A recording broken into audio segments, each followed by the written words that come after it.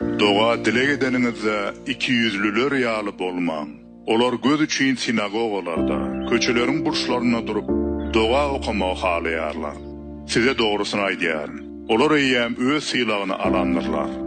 Emma siz doğa dile gedeniňizde otaňyza girip gapyny ýapyňla görünmeýän ataňyza gizlilikde edin. Gizlilikde edileni görýän ataňyz siziň sylagyňyzy berer. Doğa dile gedeniňizde butparazlar ýaly boş sözleri gaýtalap durmaň. Olar köp sözlemek bilen eşdiler söýdýärler. Olar ýaly bolmaň. Ataňyz size nämeleriň gerekdigini özünden dilemäňkäňiz bilýär ahir. Şonuň üçin şeýle doğa dile edin. Ey gökdäki atamyz, adyň mukaddes bolsun. Padşalygyň gelsin. Gökde bolşýaly, ýerde de seniň islegiň amala aşsyn. Günnelik çöregimizi bize şügün ber. Bize yamanlık edýänleri bağışlayşymyz ýaly.